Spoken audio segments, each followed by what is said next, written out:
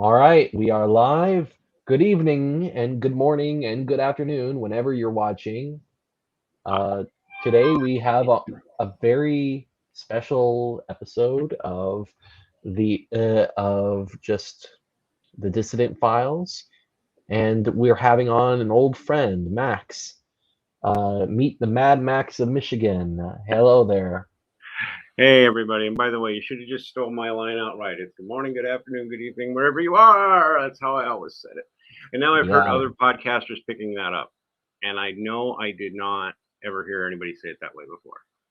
But it's cat. Maybe I did, but I don't think so. I did. I did pick it up from you.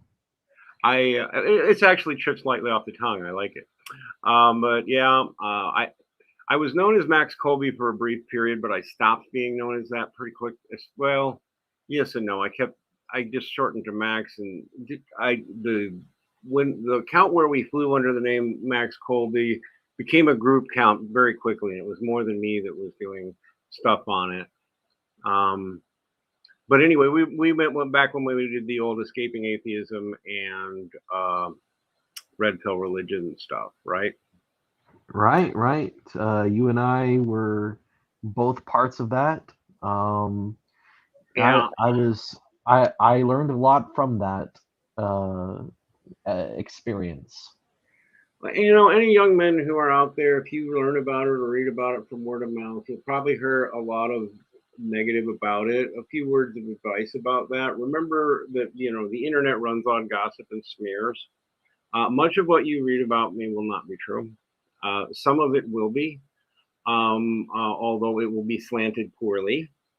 And so you always want to go to the original source if you genuinely believe something, especially in this age of internet harassment and calling everybody every name in the book. If anybody wants to know, I think something from years ago, because I quit doing that stuff years ago. I've made my amends to anybody who could, and apologized to the wider Catholic or Christian community a few times because I blew it and just made an ass of myself. Um, which that was interesting because we were trying to be edgy and we were successful at it. And we were successful at penetrating an audience that Catholics would normally be afraid to talk to or not know how to deal with, um, which is younger people or a certain element of society that you might call unsavory or poor or struggling with Tourette syndrome or having other issues where they just grew up where everyone around them swore all the time. If you don't swear around people like that, they don't listen to you, and you sound haughty and stuck up because it's just their everyday vocabulary.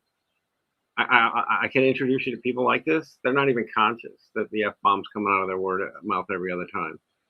They're looked down on for it by certain elements of society, but within their own gang, they talk that way all the time. And I was able to really evangelize to surprising audience sometimes just because I was, quite crass. But in the language and salty and saucy at heresy and blasphemy, I was angry in response to it. Sometimes too angry, but the notion that we can't get angry, no, Christ is a good example there when he went after I the would money agree. lenders, I mean, and some of the people that we went after with our little propaganda and our memes and our arguments, they had it coming. To be honest, I mean, yeah. most of them are just were leftovers from the new atheist wave. Some of them were these next generation new Well, atheists who were the whole they had it coming has to come in a Christian context, right? Because when are you allowed to go to war? Well, there's a few things there. We were in an arena where this was normal behavior. This was within the rules. I stepped over the line a few times, but that's happened to atheists and others too. But for the most part, we were playing by the rules of the game that were there. And people are rough, and they're salty. By the way, I forget which parts of the bachelor that is, where is that? It's one Paul's letters, I think. I can't recall where, you know, if the town won't have you and they give you a hard time, use salt and good cheer, shake the dust off your sandals and move on, and realize it'll go worse for them than Sodom. on the day of judgment. Because, I mean, salt and good cheer. What does salt mean? What is salty language? If you read enough of St. Paul, I actually contend he's a very sarcastic writer. The most sarcastic has to be in Romans 1 and 2, if you read it properly. But all right, we got a little far afield because we're talking about something I quit doing a few years ago. Especially after I had a blow up at the Great Debate Society. That was bad. I shouldn't have gone on that show. I should have quit about a year before I did. But I still had people, Christians, urging me to continue. So that's always a tough call, right? We were talking to a rough audience who dealt in rough terms, and we got through to a bunch of people. At least I can't name them, okay? But like, what does it say? Saving one soul. I had multiple people approach me and thank me for inspiring them. There's quite a few. I mean, I didn't count them, but and I would just sometimes hear, like today, out of the blue, I heard from a guy I've known on social media for like 6, 7, 8 years, and he never said a word to me about any of this at all. Like, he was from the men's, Red Pill movie days. And then he just comes to me out of the blue and says, I never really told you, but my God, you were an inspiration to the faith for me. Atheism is so dumb. Yeah. I mean, and he was one. And he was one. Or at least on the agnostic, atheist, whatever, camp. So go ahead. Sorry, what? Yeah, I mean, there are a lot of people out there who don't. I've done some research on who are like that. I've done some research on the effects of. I've done some research into Catholic polemics and the ethics surrounding that, and Catholic polemics have been a mainstay within in their apologetics for a very long time. Because sometimes I'd like a few examples sometimes, not immediately, but go on. Yeah, it's there's a great book. There's a book that talks about a couple of chapters on this topic. Called the book is called "Liberalism is a Sin," and it was written in the 19th century, and it was a very by these kinds of ultra Montanist. Pope is always Pope is absolute monarch type of Catholics, and they were they were saying, yeah, sometimes you need to be polemical in order to reach people, because sometimes that kind of polemical language is necessary to shock people out of their stupor. Otherwise they'll just continue on in a kind of daze without really paying attention to what's going into their heads, which maybe we'll talk a little bit about that kind of subliminal messaging. We should talk about that. Yeah, because in the years when we were doing that, I did some studies on cognitive neuroscience, and then in the last 3-4 years, I've just done massive studies, and I learned so much. And, you guys are being hypnotized all the time. Every one of you listening to this are being hypnotized all the time, and the quicker you become aware of the fact that you're being hypnotized and manipulated all the time with hypnosis, the better off you'll be when you engage in any social media, including this podcast, and in life. And by the way, you should turn this media off a lot more. Not now though. Not right now. Not right now. Right now, you should send money to Buckley's or to the PayPal if we have one, but otherwise, stay listening now. All right.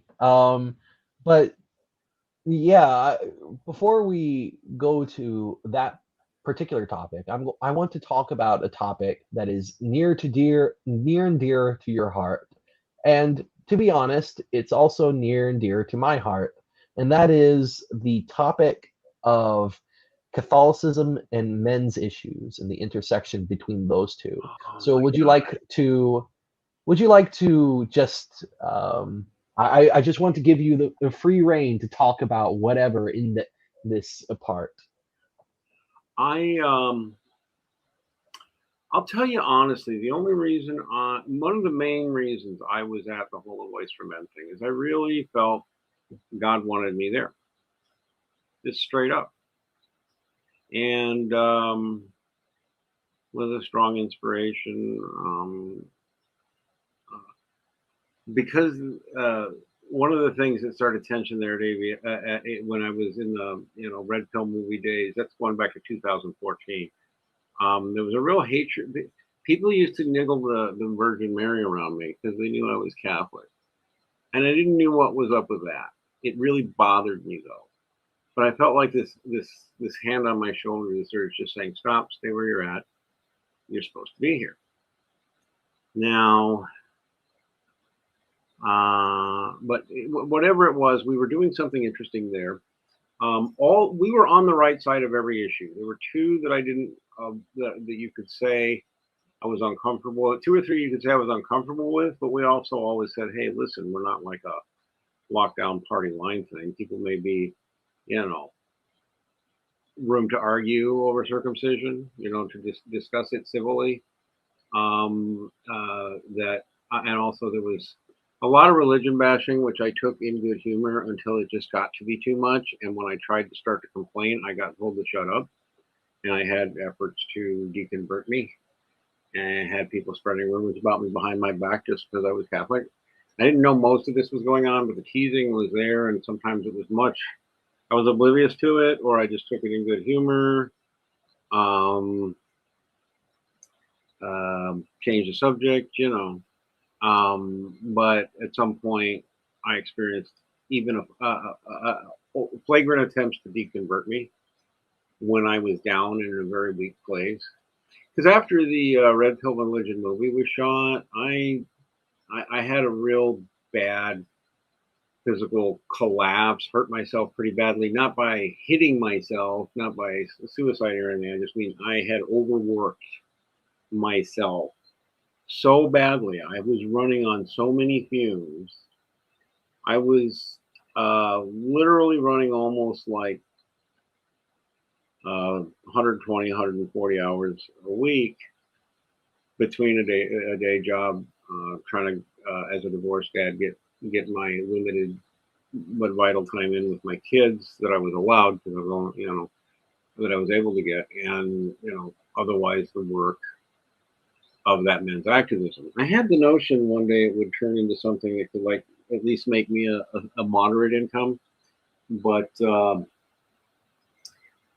long story short, as often, maybe always happens with a political movie like this, there were people in the background all the time who would put up a certain amount of money who were not fully honest about what their agenda was,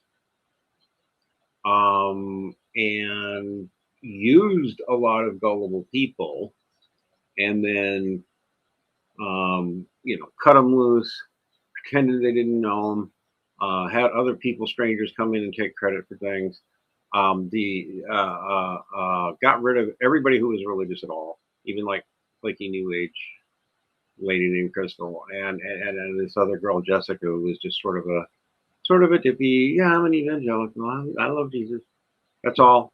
She wasn't a big flaming anything, and anybody who had any kind of spirituality at all was persecuted. They wanted to talk about, except for Erin Pitsey, because she's like a saint and she's old, so everybody forgives everything. There's this strong contempt for religious men there, and they will not have a conversation about it. Some of them will get very angry and say, "Oh, I've talked to Christians before. Oh, I have Christian friends." It's like, well, you won't talk to me. You wouldn't talk to me. And other people who've tried to approach you about certain things, you just slam the door on them. And I understand pushy Christians or pushy Muslims, or pushy. I don't know. I've even at least once met a Hare Krishna who seemed to be real anxious to get me to join. But I mean, I'm not even saying that's normal Hare Krishna behavior. You know what I mean? The hostility was just over the top, and the minute I tried to address it, they slammed the door in my face. I don't know. There was something weird where they sent us. They brought me up to a vacation after the movie was shot. The men's issues guys, not Cassie J or that, and literally got me drunk, knowing that at the time I was sworn off from drinking. Tried to seduce me homosexually, one of them, which one party says no, because it was sneaky, it wasn't honest. And it was an entrapment attempt. I'm not about 90% sure. And a really pressed attempt to deconvert me.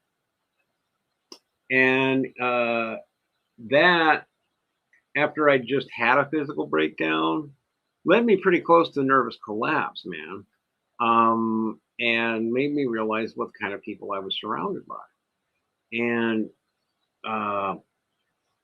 I saw a witness to a lot of people get hurt. I was one of them, but I saw a lot of other people, good people, get hurt, slandered, smeared, driven away, harassed away, gang stalked on the internet away, and I was pissed.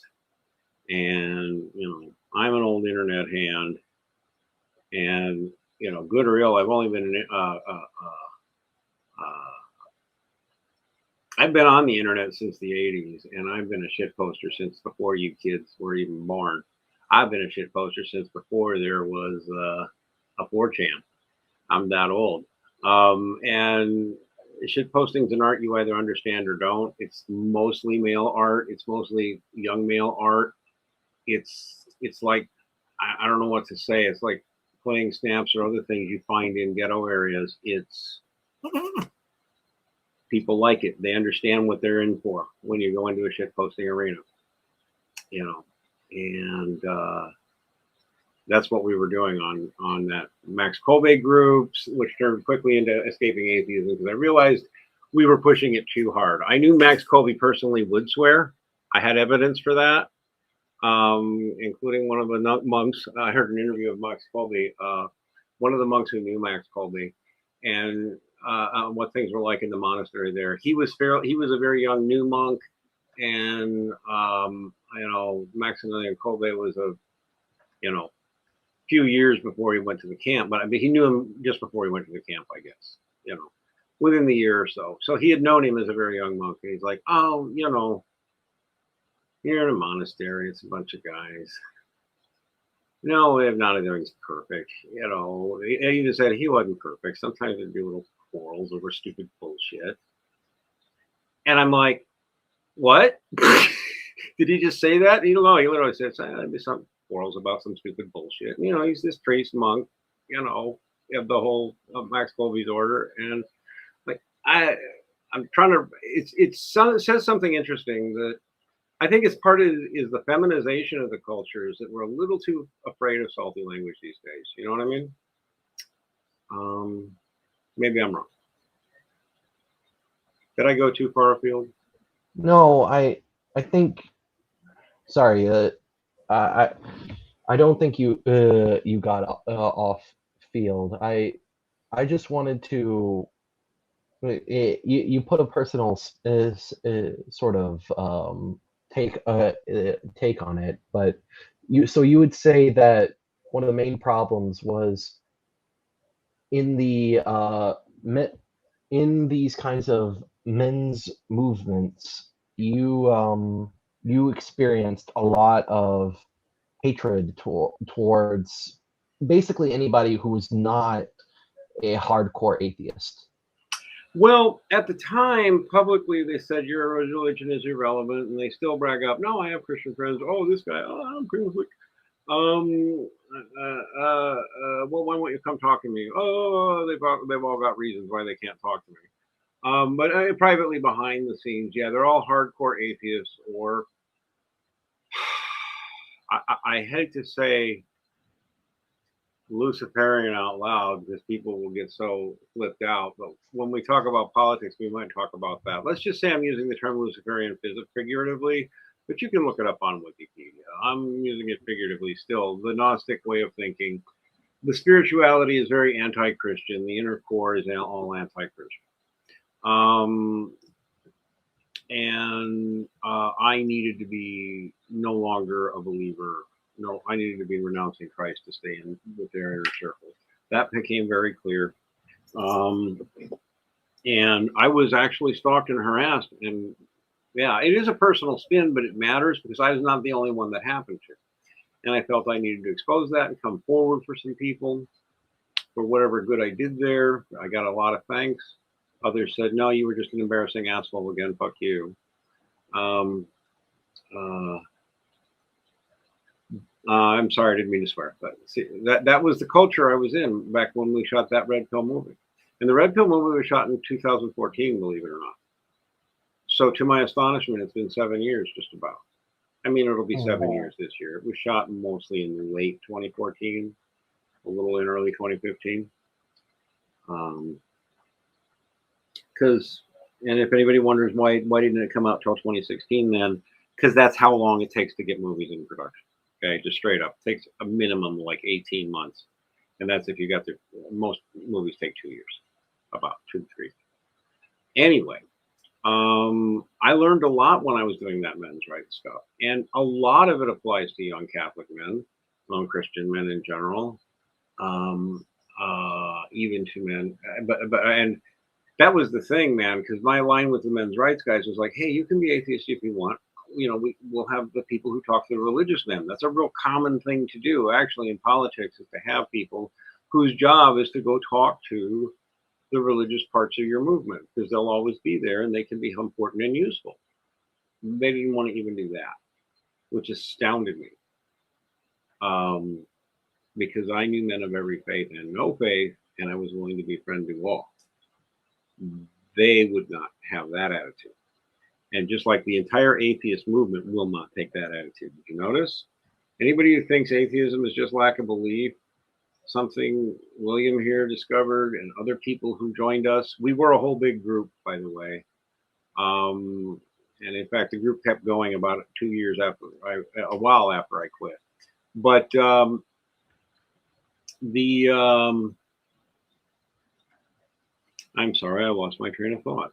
well, you were saying that anybody who's convinced that atheism is just a lack of belief, and you trailed off. Or just confused people. No, I mean, we discovered that it is very much an organized propaganda movement. Andrew Stateles, who actually was really a co-founder as much as anybody, him and Jean Baptiste, we were the trio that started it. You know, William came in within a year, though. I mean, he was really early in. We ran for a few years, but again, what was I saying? You were saying about they were an organized kind of Oh cult yeah, they're movement. an organized group. Andrew and I discovered they were very, very organized and funded. Andrew, to my surprise, even to this day, he still thinks they're mostly a grassroots phenomenon. They've just kind of grown up organically through donations and, you know, as their own sort of simple religious movement, spontaneous religious movement mostly. And this surprises me, but whatever. People can take whatever take they want. If you look, they are very organized. They have standardized literature. They have standardized talking points. They have standardized argumentative methodologies. They even have books on how to convert Christians into atheists, multiple ones, lessons on how to do it. Some of which can be devastatingly effective, by the way, at least in sowing massive doubts in people. Um, like until you recognize the dishonesty being going on, because they're using neurolinguistic programming, they're using very distorted left-hand logic and language epistemology. Basically, they're using epistemology in a twisted way. There's even a whole branch of it called street epistemology. Go read something called A Manual for Creating Atheists by, what's that guy? Peter Boghossian. It's a whole Peter recruitment Boghossian. manual on how to make someone an atheist. You know, it's kind of funny because a lot of these people, um, and one of them being James Lindsay, for example. You Uh-huh. know, a lot of these people they went all in for the new atheist thing, and they were all about deconstructing Christianity and going after that. And then and nowadays they're doing this. They're trying to do the same thing, but against critical race theory and woke SJW types. And it's just the same playbook, and they're sort of scratching their heads, wondering, oh, well, why aren't I as effective as I used to be? Uh, yeah, well, they're getting less effective, but they've also got the atheist, anti-religious indoctrination in at the preschool level now. It's in cartoons like Rick and Morty, but it's in at the school level now. Anti-religion is in, and it is everywhere, and they don't need to recruit that much on the internet anymore. They used to need to recruit. This goes back to the thing that I think young men need to hear. Um, the goal to get you to renounce your faith is out there, and it's real, and it's growing, and they want your children. And that's something you really want to think about, especially if you're ever thinking about getting married, ever thinking about having children with a woman. I honestly, given everything I know about the legal situation, and this goes to the men's issues days too, young men really ought to consider not marrying at all. And if you do, there's certain things you should do that don't sound very Catholic or very romantic, but are within Catholic teaching, are within canon law, because I've double checked, that you should do, young man, if you're going to, or old man, if you're going to think about marriage. Although past a certain age, the calculus can flip. Most young men should not marry unless they are very confident and have taken certain measures legally that are within canon law. But even still, if you have children at this point, it's very obvious that your children are going to be indoctrinated into atheism if you let them be in the government schools. And there will be every effort to get you to not put them in the government schools. And pressure to shut down homeschoolers is just going to grow and grow and grow. I love both my children very much, and my whole life would have been poor without them. But even when I look at the state of the world and where things are going, I'm like, man, if I had it do over, I would not have kids. And I don't believe in, just living the hedonist lifestyle. So learning how to abstain would be something I'd be thinking about. Because we're going into a really dangerous world. And the legal climate for young men, any man getting married, is really bad right now. Really, really bad. And a lot of guys, young men listening, snort at me when I tell them that. But guys, getting married is so dangerous. You have no idea how dangerous it is. You really are irresponsible. If you think you're going to be a father, there are certain things you should do legally to protect your own children. So what advice? What advice would you give to young men or slightly older than young men who do want to get married and start a family and are Catholic? Pray hard on it and be sure and be very aware of the dangers you're taking. And again, What guys, kind of dangers? Yeah, let's talk about the dangers. Let me tell you the main thing. I got to look this up. I got here. This is a link to a website. I just have to find it. It's called marysadvocates.org. Okay, spelled just like it is. MARYSADVOCATES. marysadvocates.org. Could you send it to me in the private chat of StreamYard, and I can share it with the audience? Yeah, please do share it with the audience. Do you right. take donations, Buckley? I do not take donations. Okay, good. Then anybody who has the urge to send a PayPal for this should send it to Mary's Advocate. Drop $20 in there, 10 or something. They're awesome. And they will tell you things that sound very wrong to a traditional-minded Catholic young man. The biggest of which is you need a prenup. You just do. And there's all these Catholics who go, well, those are against Catholic teaching historically, blah, blah, blah. I tried talking to Settlers and the Men about it. He wouldn't hear it. I try and talk to other fairly knowledgeable Catholic men, and they don't want to hear it. They need to hear it, and they need to stop blowing it off. perfectly legal prenuptial agreements exist under canon law that have been double, triple checked, and people keeps and anybody who's going to try to interrupt me and to use the impolite term, spurg out on me, and start throwing links and these arguments at me. No, stop. Church arguments against prenups have always been framed around to do a prenup. It presumes that you're going to get divorced. Okay, and so that makes a prenup always frowned upon. Well, that's how most prenups have historically been done in the secular culture. It's not that they presume that there's a divorce, but there's just sort of, it's all neatly arranged. It's obvious the couples are at high likelihood to divorce. Donald Trump and his multiple marriages are a great example of that. He trades in. I'm sorry for Trump fans, but he trades in wives, and the women who go in with him know they're going to get traded in, which so they get very generous. It's serial polygamy. It's very common among the wealthy. For poor men, it's very much the opposite, though. For the average working man, the average young man in this day doesn't have that kind of power. And prenups are okay under canon law if they're crafted properly. It's already been, like I said, go to Mary's Advocates.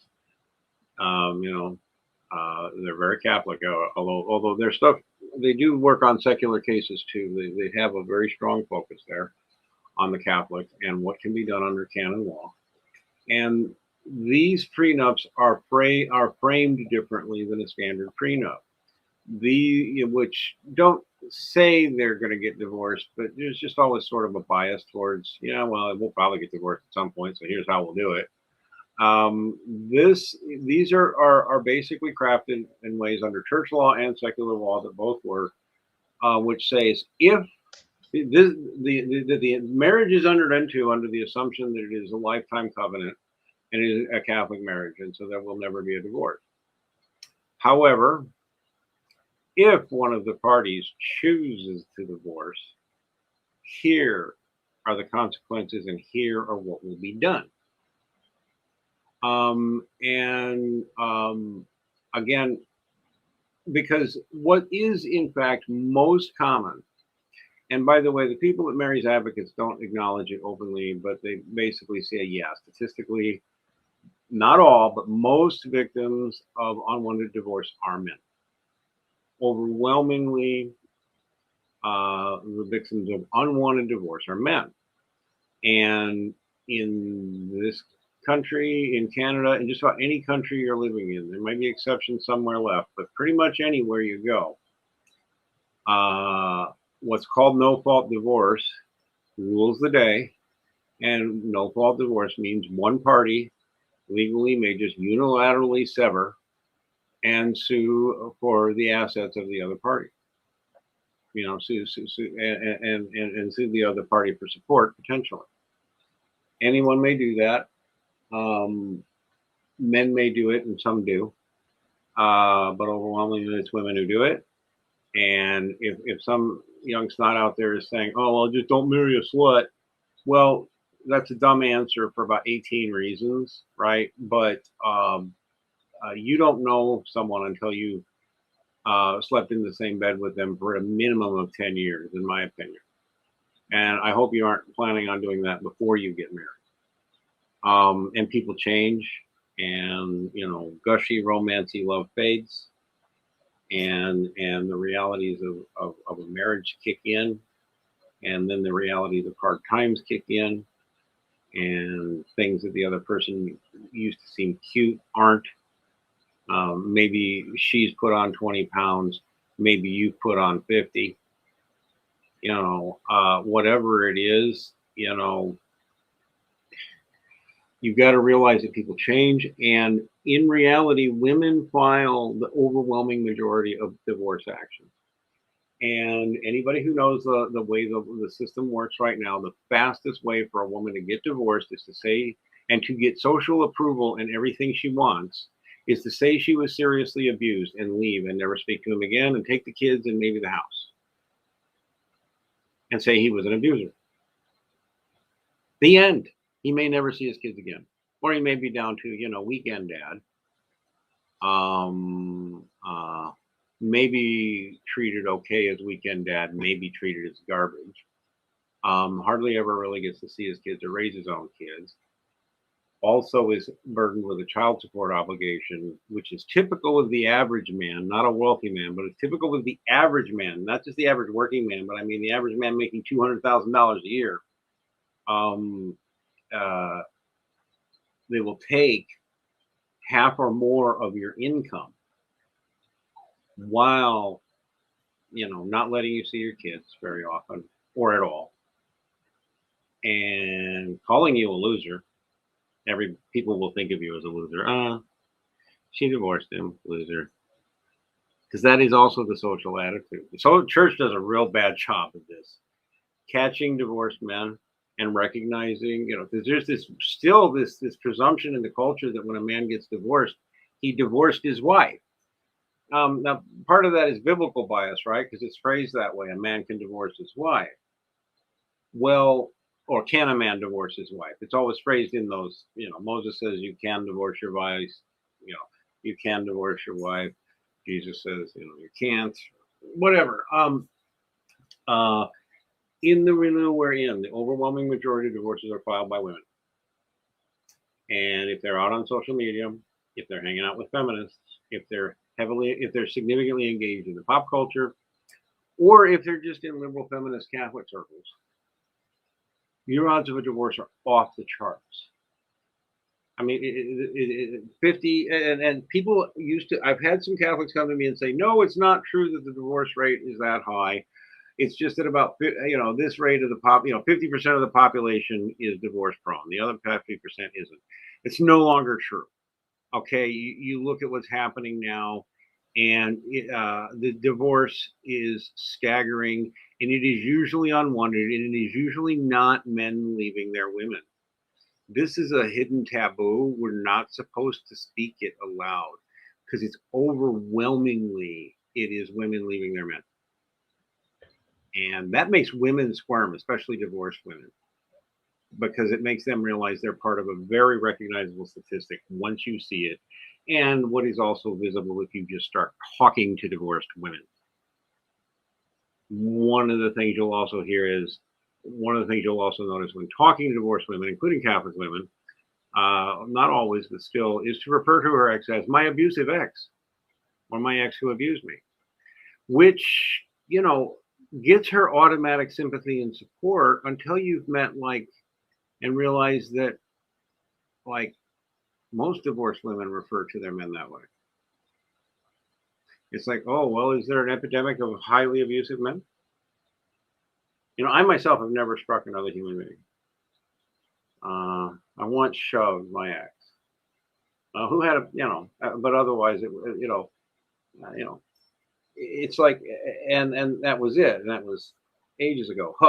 I might get in trouble when say I once pushed her. But the point is that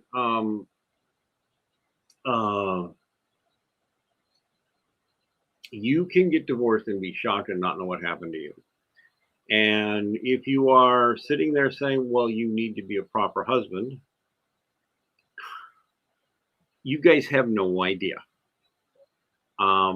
If she is seduced like Eve was by the serpent, if she is seduced like Eve was by the serpent of the popular culture, and the general social attitude about divorce, all she has to do is be protracted unhappy with you for a year or two, and she may just go. And you think it won't happen. And the problem is that's not something that'll just cause you heartbreak. It's very possible to completely destroy the rest of your life. And guys who sneer at that are basically guilty of being like, why are you sneering at a man in the gutter? Why are you sneering at a man who has lost everything? Maybe financially devastated, maybe going to jail because he can't make his support obligations and is being called a deadbeat, even though the debt obligation is inhuman and he can't get a job. It's not Huh? very Christian. It's not very No, it's Christian not that you Christian at all. sneer at them. There's nothing Christian about that. I'm actually stunned by the callousness of Christians in the light of a lot of what I've seen, and it's not just divorce court, okay? Because there's a lot of other issues mentioned in that movie, all of which are true.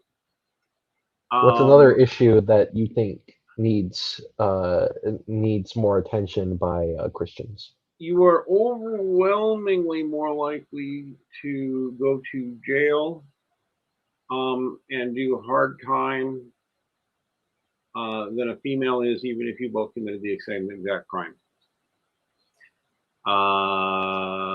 It's even worth knowing that if you have a female in crime. Um, Another thing you should know is that we're not supposed to say this, but false allegations are common. Saying you sexually assaulted that you sexually assaulted me. If I'm the right kind of person, the right kind of woman, I can just say you tried to sexually assault me, and now you're guilty until you prove yourself innocent. Um, and it is actually a stone fact, whether you believe me or not, that in corporate, in American and Canadian and other like college universities and among younger lawyers and stuff, it is common for men especially to run a recording 24/7 to which when they're allowed to do so, to never have their office door closed with anybody, but especially with a female, never to take all sorts of precautions so that they can't get a false allegation rap. Because one false allegation rap can be used by a ruthless and manipulative woman to ruin you, you know, to backstab you in a business arrangement, to just, or for whatever other reason. False allegations are a real thing, and that really makes people wince. But like, dude, you need to defend yourself from them. I got myself out of a serious one this summer because the apartment manager. Never mind, I want to get into it, but there was someone who made a false allegation, and I knew she might, so I knew what my legal rights were in my state, and so I was able to record her and say, "Here, she's lying," and tell the cops that. Because she didn't like me and she recognized my politics. And so there is real danger out there. Don't be cocky. Be careful, especially if you're going anywhere like in an office environment, anywhere in the corporate professional world. Be very cautious, and that's sad because men and women used to like each other and love each other, and now we have to be afraid of each other.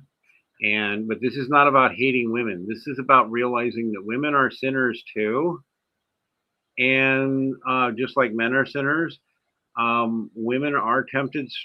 They're tempted differently than men, but it's ultimately the same stuff, right? If I can lie about you, if I can manipulate you, if I can, make myself look good by making you look bad, I'll do it. And that's just not women who do that. Men do that too, but women have their own ways. Any woman listening is going to go, "Yeah, I know what you mean." um, So yeah, and have theirs. and they have this kind of legal system that's very biased in favor of a very feminist view of men. Right. That sort of is Just getting angry. Hmm?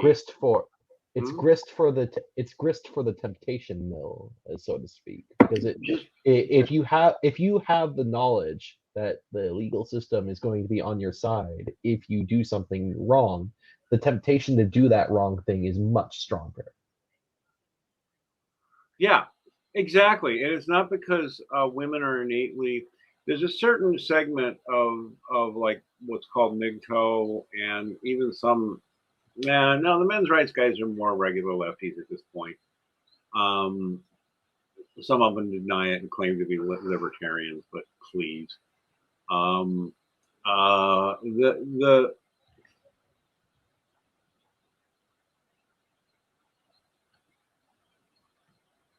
I derailed myself again. What was I about to say? You're going to say that there are a lot of these kinds of there are a lot of MGTOW types who Oh, yeah, and who are very, they get so mad, but genuinely misogynist. Some of them actually will just say, I'm a misogynist. I hate women. We need to replace them. Uh, some of them are like that, and they mean it, which, like, oh, man. And then there's just these others who have this general idea that, women are generally inferior and, we just got to deal with it. And the problem that's a stupid attitude. The real problem with feminism is that it doesn't respect women. That's the bottom line. It's this twisty backwards talk where feminists talk like they're helping with women while they're pushing them into the workforce involuntarily, forcing them to put their kids into the public school, which most of them would rather be with their kids. Um, uh, uh, and pushing them to be psychotically paranoid of men and entitled, and to be protected, but also to be respected if she acts horrible, and aggressive and nasty. And as a man, you'll often be expected in the corporate world to take that kind of behavior from females. And they'll accuse you of even being a sexist if you object. If they're bullying you, they'll bully you more and accuse you of being a misogynist or whatever. I'm not saying women are like that, but feminists are. And women are encouraged and emboldened by the current culture, including the corporate culture, to act that way. And certainly by the popular culture. So, moving back to the marriage question, how confident are you that you will be able to get married? That you're a woman who will probably have to work unless you're just really one of the lucky ones. How will you make a family? Will you ever be able enough to sustain a family? I got to tell you honestly, statistically, most young men, even really hardworking ones, are probably not going to make enough money to support a wife and kids on one income. I cannot see 80% of the population being able to achieve that at this point. It can't be done under our legal code unless you are really a genius at scrimping and saving and really committed, and still she's probably going to be working part-time. Probably, doing some kind of, something. And that's a real hard way to live and have kids. And so you better be protected. Because once 2 or 3 years of being frazzled from not sleeping, frazzled from not having enough money, trying to take care of the kids, all that sort of thing, strains start, financial strains start, and that's when the temptations come. And we're just subjected to so many of them. Yeah, I drank too much toward the end of my marriage, and had a few years of recovering from that. But, at the same time, the pressures on me as a father were through the roof. And I was one of the majority of men who did not advance to a stellar career, despite a lot of opportunities. And,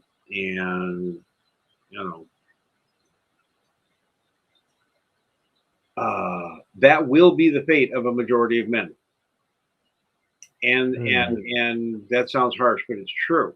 You will probably not be able to make that kind of income. And so, how confident are you should get married at all?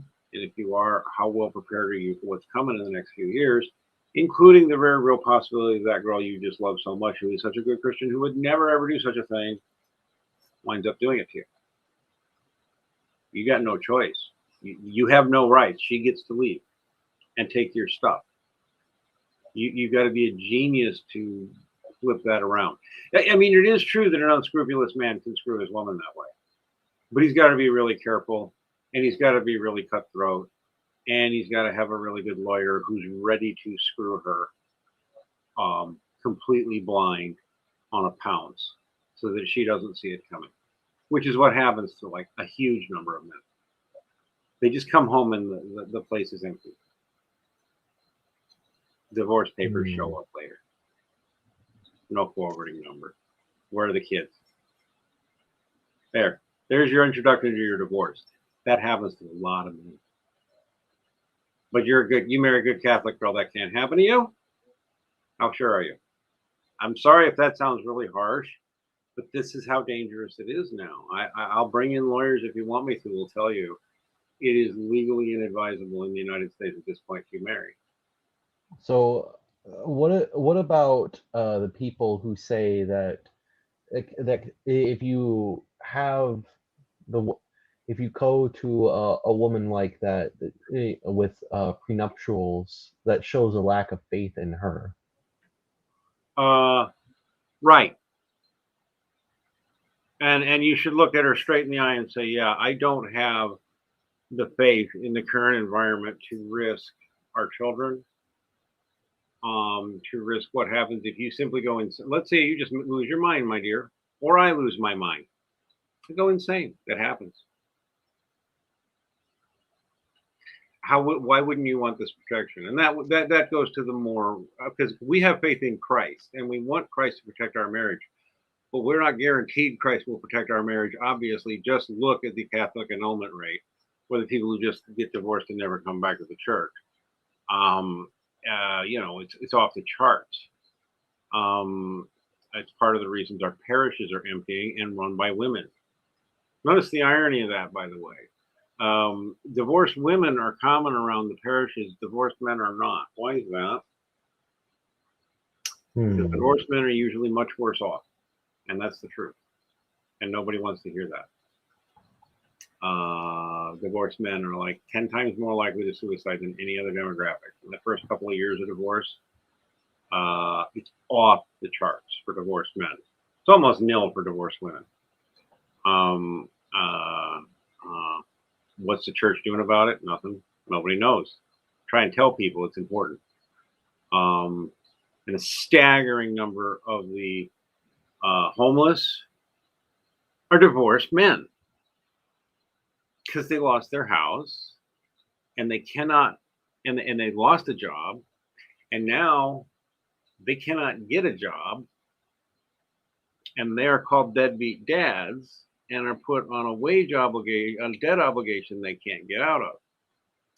So if you lose your job and get about $5,000 in arrears in my state, just $5,000, they can arrest you. It's a felony, and in fact, it's automatic, and a warrant drops on you the minute you're $5,000 in arrears on your support payments, and there's a felony arrest warrant out for you. And any cop in the state of Michigan can issue it on you if they run your plate and decide they're curious. Yes, that's real. And bust you. Now you're in jail while you're unemployed. You will have daily jail fees. That's still happening, by the way. And then in this state and quite a few other states, what happens after that is, and this is going into the real danger stuff. This is even worse than the suicide, I think. Well, I don't know. Suicide's awful. Bottom line is, now you've got the felony rap, and it is a felony. And it is a felony, by the way, and it stays on your record as a felony. So welcome, you're now a felon for being $5,000 in arrears. You deadbeat. You think you'll never be $5,000 in debt?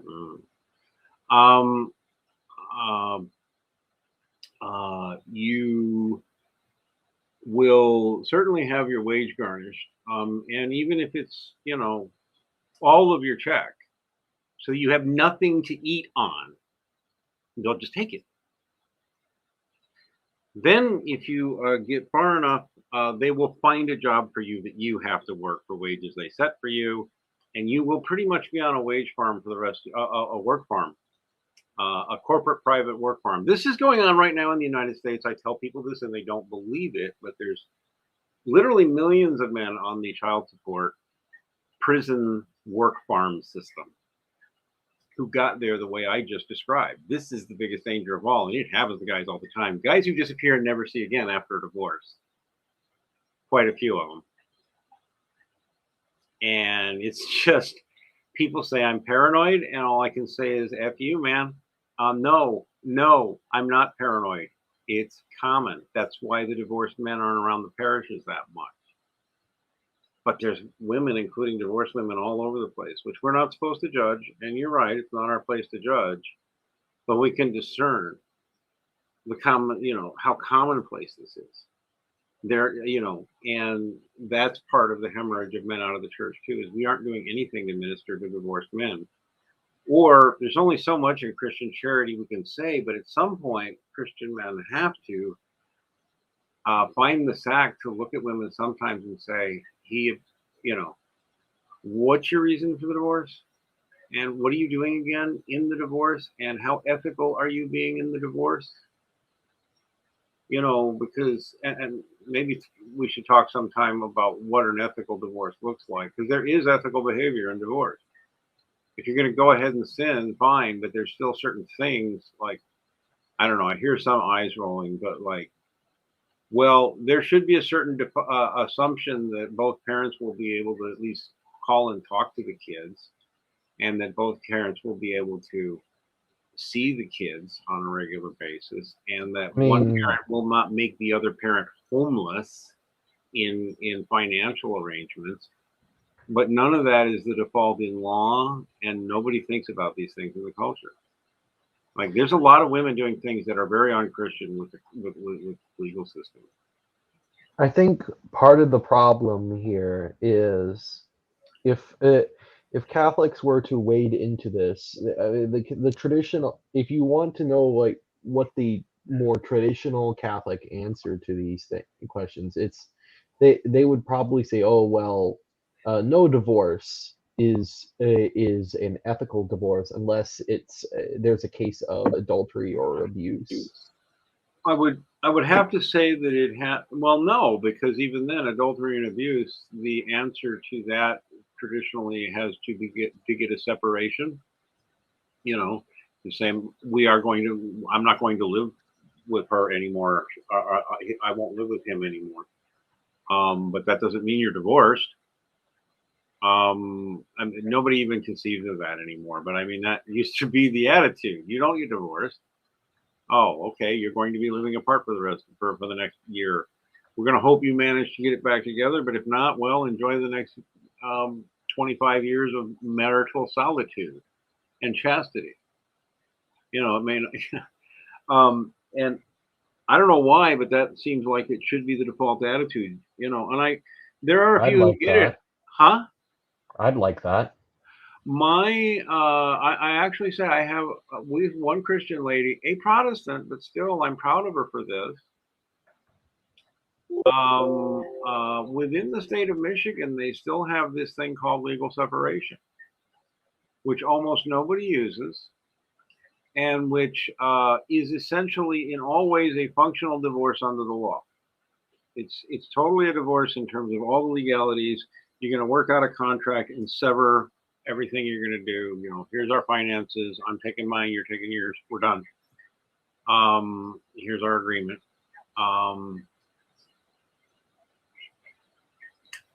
But I apologize. I'm a little tired, but I'm enjoying the conversation. We're talking about the divorce. I derailed myself again. It was we were one of the things that was one of the things that we were talking about was legal separation and yeah, and you'll go back to it. That concept still exists of legal separation, where you recognize you're still married, but you're not living together and you're not sharing any finances. You're living completely independently. This exists under some state laws, at least, specifically for people who are religious, who are pretty much making it really official. Look, I'm not living with him. I'm not being responsible for her at all. We're done. So that it's legally and always like a divorce, but they're still married. They probably still share the same last name. And neither one of them ever intends to get married again, because it would be unchristian to remarry. I actually think this option also should be talked about more often. And to just recognize, no, there is such a thing as an ethical behavior, because most Catholics, when you or even priests, if you run them up against the wall and say, well, if he's abusive, then of course, or if he's an alcoholic, then of course, which didn't used to be the attitude. The right attitude used to be, well, you need to be separated, and maybe until he cleans up, or whatever it is. Separation's been thrown out. Nobody talks about it. They should. Well, oh, you're leaving because he's separate. Okay, are you going to pursue a separation first? Are you going to encourage him to get into therapy? Are you going to get into any therapy? Are we going to do anything to overcome? Marital therapy doesn't work, but if somebody says there's abuse, there are therapies to help abuse. Some of them are bad, some of them are good. There are good abuse training systems you can learn that don't just automatically blame the man. That's another that leads straight to another issue, which is domestic violence. Another huge one that is just a huge taboo to talk about. But this does play into the family court thing. Like I said, just accusing you of being abusive is a ticket to winning in divorce, unless you're really ready to defend against it. I'm not even talking about making excuses. Like I just confessed, which caused a bunch of people lose their minds. I once shoved my ex. Well, I'm sorry that I don't live in a, she would slap me, and neither one of those was common behaviors though. They all have, in a 10, 12-year relationship, you have a little thing like that and you talk about it, or it's a sign of a relationship that needs to go. But you don't put all that on one person. Because in the vast majority of cases, we know this from social science studies, extensive ones that they don't want to talk about in the mainstream press, in about half of all domestic, let's call it interpartner, conflictual relationships, about half the time, they're both have a serious problem with being violent with each other, verbally abusive with each other, sexually abusive with each other. They've both got a problem about half the time. And they both need help with that behavior, or they're going to repeat it. And the other half of the time, it's predominantly the man or the woman. But by actually a fairly conservative estimate, at least 30% of the predominant aggressors are female. And, I tell young men this, and I get laughs and guffaws and cringes. I'm like, no, you don't get it, dude. She gets to hit you. You don't get to hit her back. That's the rule. She gets to use a weapon. You still don't get to hit back. Are you sure you think this is funny? She gets to use weapons, but you don't get to hit back at all. That's the rule. Or you're the abuser. Because she was defending herself when you did whatever to push her. Whatever you did inadvertently. And another dirty secret, but we know it. A certain percentage of women will try to provoke you. Maybe successfully, maybe not, but will try to provoke you as a power play, because as soon as this was something my friend Erin Pitsey, who was a domestic violence expert, she's one of the foremost authorities. She says, yeah, in a lot of these sick dynamics for some of these women, and she's talking of herself because she was a pioneer in this area, because she had a violence problem herself, and as a woman came to acknowledge that she had it and overcome it with God's help. But an awful lot of women will try to provoke you one way or the other, or just make an excuse to claim you hit them when you didn't. That's a false accusation. Women will use false allegations. So will men, including, and we've seen witness of it, women painting makeup on to make up bruises that aren't actually there, so they can evoke sympathy, get you arrested, and all just as a sick power play. And you say, wow, what woman could be that demonically crazy? Well, if you're Catholic, you believe in the demonic, so do you think a woman could never be demonically influenced? Or just use it in psychological terms, modernist terms. Oh, she starts getting depressed. She starts getting anxiety. Oh, she's showing symptoms of, this, that, or the other psychological ailment. Here comes some pills. And I'm not dogging pills because they can be useful. They are overprescribed, but they can be useful. But the whole point is she could go crazy, dude. And you may really be confident now, but she can go crazy. And if she decides to go crazy on you, she has all the power. And that's the reality of the divorce courts, unless you're a very smart, ruthless man. Hmm. And it is the reality. Now, Man, it's I'm not saying every woman is that soulless and that evil. Um, on the other hand, she's incentivized every way to be that soulless and evil. Everybody in the culture, including Catholic women. Catholic women ought to be listening to this and cringing and going, he's right, he's right. Because women ought to be calling out other Catholic women too. Okay, you had to divorce your man, or you made the decision, whatever. How are you treating the father of your children? Straight up, how are you treating him? You had to get divorced, fine. But how are you treating him? Like I said, I know only one Christian woman, not even Catholic, who got the legal separation because she never was going to remarry, didn't intend to.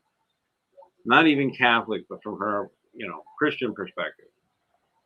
No, I cannot be with him. It will never be. But I can't remarry either. So yeah, there. because it's pretty.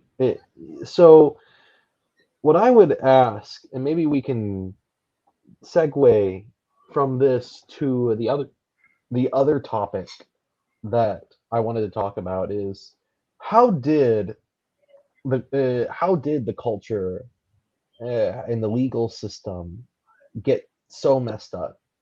Like, what were the factors that were influencing this? And this might get to where it eventually gets into so called conspiracy theory land. Although at this point, I don't know how anybody's even watching the news every day and not thinking, well, maybe my conspiracy theory friends knew some things correctly over the years because this is sure starting to look like, I don't know. Some people will never snap out of it. I would predict to you that the people who never realize that the system is broken, completely broken and nearing collapse, um, are people who watch television too much and watch television news and read too much mainstream media and consume too much popular culture. Uh,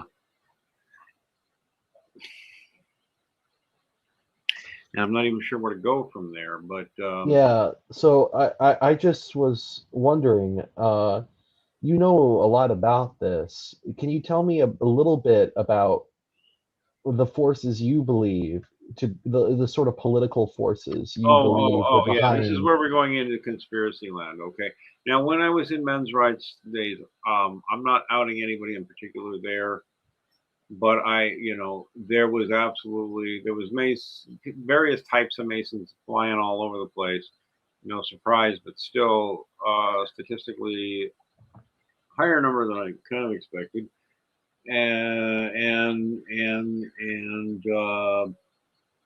definitely a huge cohort of atheists, a few Satanists, and people laugh at me. Something's happened to some actual Luciferians, some real ones, some Theosophists, some real ones, some people who called it the old religion, their family religion, who were deep into Theosophy and what in their family they considered deeper and older than Theosophy. They were hung up on their blood type too. I'm told, oh, and they were wealthy. I'm told these people don't exist. Okay, I've met some. Don't tell me they don't exist. And I'm not saying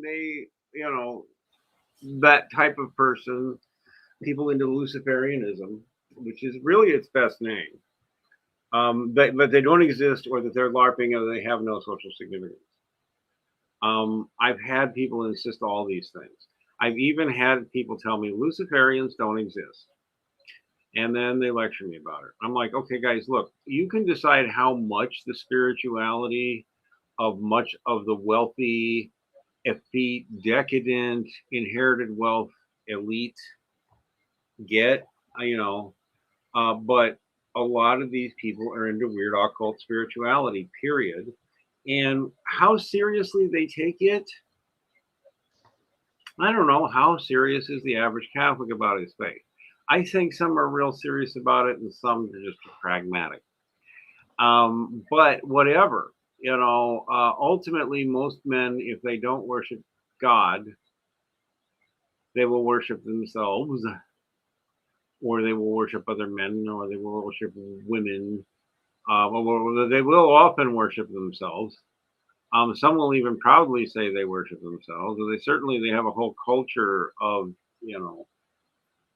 self actual. Centeredness. Yeah, well, it is self-centeredness and self-absorbed. Yeah, now a culture of narcissism. What we used to call, selfishness is now it's a culture of narcissism, and so, but it's also a culture of Nietzsche's uh, and and others, will to overcome, and a lot of them are into Darwinism, straight up, and aren't even kidding. And they think it's kill or be killed, and they're fine with that. There's people who are like that, totally like that. Respectable people in the business community who are like that. Donald Trump even talked about knowing people like that, and he made his whole audience laugh, but they shouldn't have. Because he talked about. I heard him giving. It was on a campaign speech too. He was talking about going out because he was an outsider and he could make deals. And boy, he could make deals with some people. Some of them are terrific guys that you wouldn't want to make a deal with. It. They'd destroy an entire country on a deal. And I don't. It was that kind of language, right? And it's like, wait a minute. The world of high finance, which we aren't in on, is full of some ruthless people who don't care about human life or human suffering at all. Or they take on popular causes that make them look good. I mean, there are some doing genuine charity work quiet. Okay, there are some, or doing it in a Christian context or whatever. But the overwhelming majority of the very wealthy are not Christian, have a real contempt for Christianity, and if they get into spirituality, it will be weird. And a lot of them wind up in some kind of two things that are popular. This will also trigger people. Either joining a secret society like the Masons, and there's more than one Masonic group. It's an important thing to know. Or, laugh if you will, become Jewish. I gather in Catholic circles, I hear maybe becoming a Jesuit or some of the other weird orders, maybe. But I don't mean to assert insult the negative side of the Jesuits, but they're certainly the most controversial order. They've had some spectacular, wonderful, saintly Jesuits, but Jesuits get in trouble a lot, don't they? So anyway, in the world of high finance, there's only certain ways to go, and you will wind up having to join some kind of group if you're going to advance. I've seen that overwhelmingly too. So, like, if you want to be a billionaire, you're going to have to work with some amazingly shady people and do some awful things. Or somehow miraculously just do things that are only ethical gray areas and not ethically black. Ethically gray might be the best you can do. I had a Christian friend of mine who worked at Google. To give you an example of this is something to worry about if you go into the corporate world. He was there for 10 years, and they have this thing at those corporations where with super bright, really talented people, young men especially, high IQ, work ethic, really creative, they'll keep them around till they're about 40, and then they'll find a generous way to get them to leave. Get them to leave with a really good feeling, but get them to leave because they don't want anybody with institutional memory, and they don't want anybody with their own ideas getting too far. They got their most productive years out of them. And then they give them all kinds of incentive to leave happy. The problem, but definitely leave. And I remember my friend who was there at Google, which is an evil company. He said the whole time I was there, I was able to say I didn't see anything in all the projects I worked on and all the projects I was aware of. I didn't see anything I didn't want to see. And there was a sort of lack of irony in the way he said, I didn't see anything I didn't want to see. Well, they are also a very compartmentalized group. He let me know that, oh yeah, people who are on double salary to the government are all over the place. Um, uh, Double salary to the government literally means that they work for the government and they draw a paycheck for the government simultaneously at the same job while drawing a paycheck from Google. And this is common at the other Silicon Valley companies too. A whole lot of them are attached to something called U.S. Digital Services. You can look that up, USDS, which is basically the big arm of the federal government, which interfaces with big corporations. And just a ton of people are employees of both. That's common in Silicon Valley and other corporate entities within like elite management. Let's say mid-level management and up, I mean, or people in creative hothouses or programmers development, that sort of thing.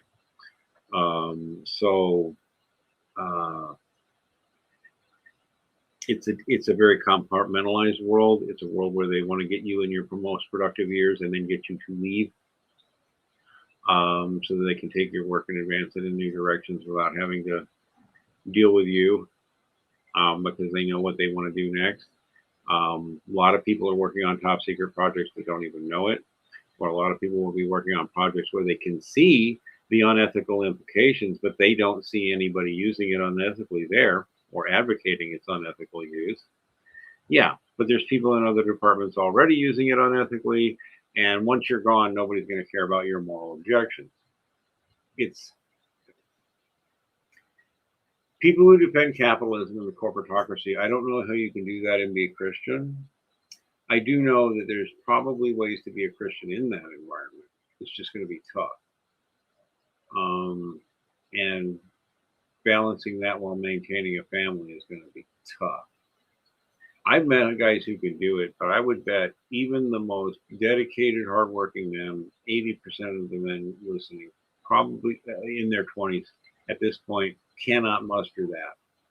Both a perfect corporate job where they make good bank and are comfortable and are reasonably secure and able to support a wife who maybe only works part-time or finds ways to, very few men are going to get the trad lifestyle. Is this cutting home yet? I mean, So, yeah, I think one of the things that and I would say the church needs to realize it needs to evangelize to people who are living these lives. When my wife has to work, I can't. There's just no two ways about it. She has to. How do you manage a Catholic marriage like that? There's ways, but you got to answer the question. Go ahead. I've been looking while you've been talking. I've been looking particularly at the issue of no fault divorce, and it seems there are it seems like California was California. Thank Ronald Reagan for that. Yeah. Yeah, and you can also thank the American Bar Association and the National Conference of Commissioners on the Uniform State Laws. No, it's kind of cheap to blame Reagan, except it's just like nobody's blameless on this. Republicans did it, Democrats did it. Really, it was behind the scenes did it. It was a kind of a bipartisan. It was totally bipartisan, and it's so strange because if you look at all the major names behind the religious right at that time, they were fighting on all of these fronts, but nowhere were they fighting fighting against divorce. Nowhere.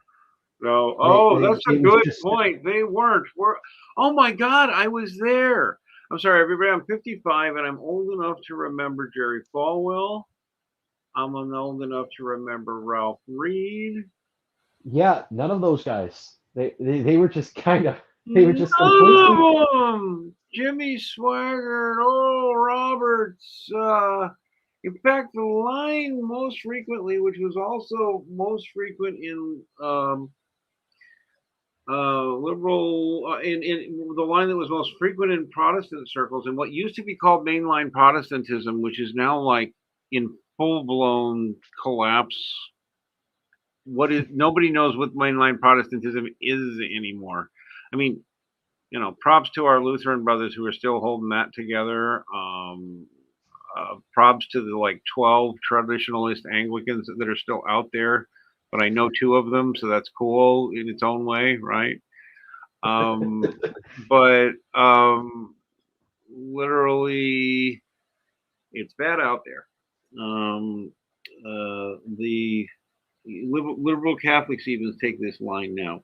Well, we just have, well, no, even every Catholic takes this line.